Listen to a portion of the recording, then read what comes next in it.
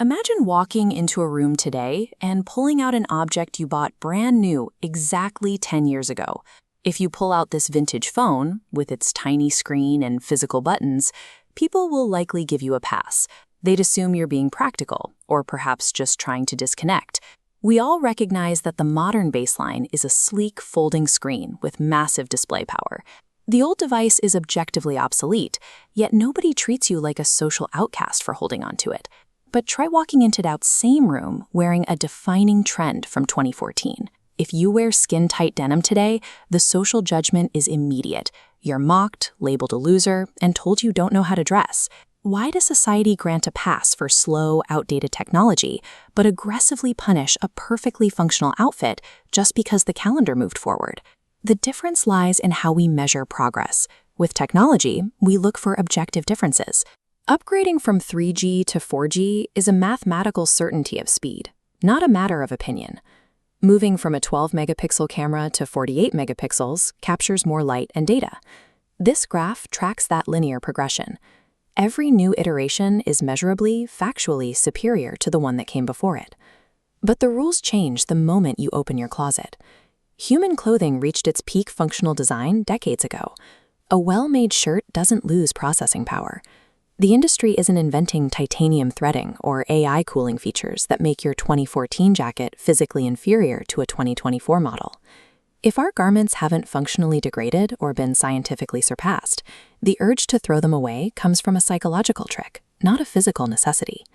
Because the fashion industry cannot sell you a functionally better cotton tee, they have to artificially invent and sell new social rules to keep consumption high.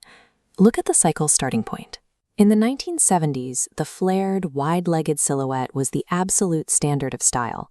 By the 1990s, the rules shifted. Suddenly, being stylish meant wearing baggy, oversized denim that swallowed your frame. Then, the 2010s executed a total pivot. Those baggy pants were branded as sloppy, and skin-tight fits became the mandatory requirement for looking modern. And today, we've come full circle. Skinny jeans are now mocked as cringe, while excessively oversized clothing has been declared fashionable again. The cotton and the stitching never changed. These garments aren't living things that committed a crime. Only the corporate-dictated rule of what is acceptable shifted.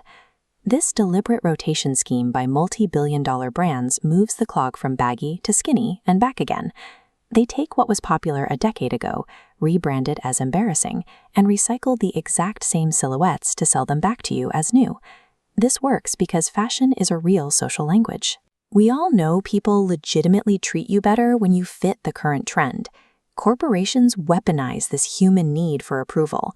They use the fear of being labeled "gaw" to herd consumers back to the checkout counter, to buy a solution for a manufactured insecurity. The ever-changing definition of good fashion is actually a mechanism of conformity, designed to maximize profits by attacking your self-esteem. We can project this cycle into the future with mathematical certainty. Whatever oversized outfit is trending today will be the ultimate cringe by the year 2035. And by 2045, the skinny jeans people are mocking right now will inevitably be declared the peak of high style once again. This is the trap. By blindly following influencers, you're often just repurchasing the exact same shapes you threw away 10 years ago. Every time you chase a new trend, you swap genuine personal expression for a role in a multi-billion-dollar scam, one that operates entirely on manufactured insecurity. To break the cycle, you have to stop treating subjective clothing as if it were objective technology. A well-made pair of pants has no expiration date, and it certainly never loses its processing power. The next time society tells you that your perfectly intact clothing is outdated, look at the industry's financial motives before you question your own taste. Choosing to wear what you already own doesn't mean you've lost your sense of style. It means you've finally stepped off the hamster wheel.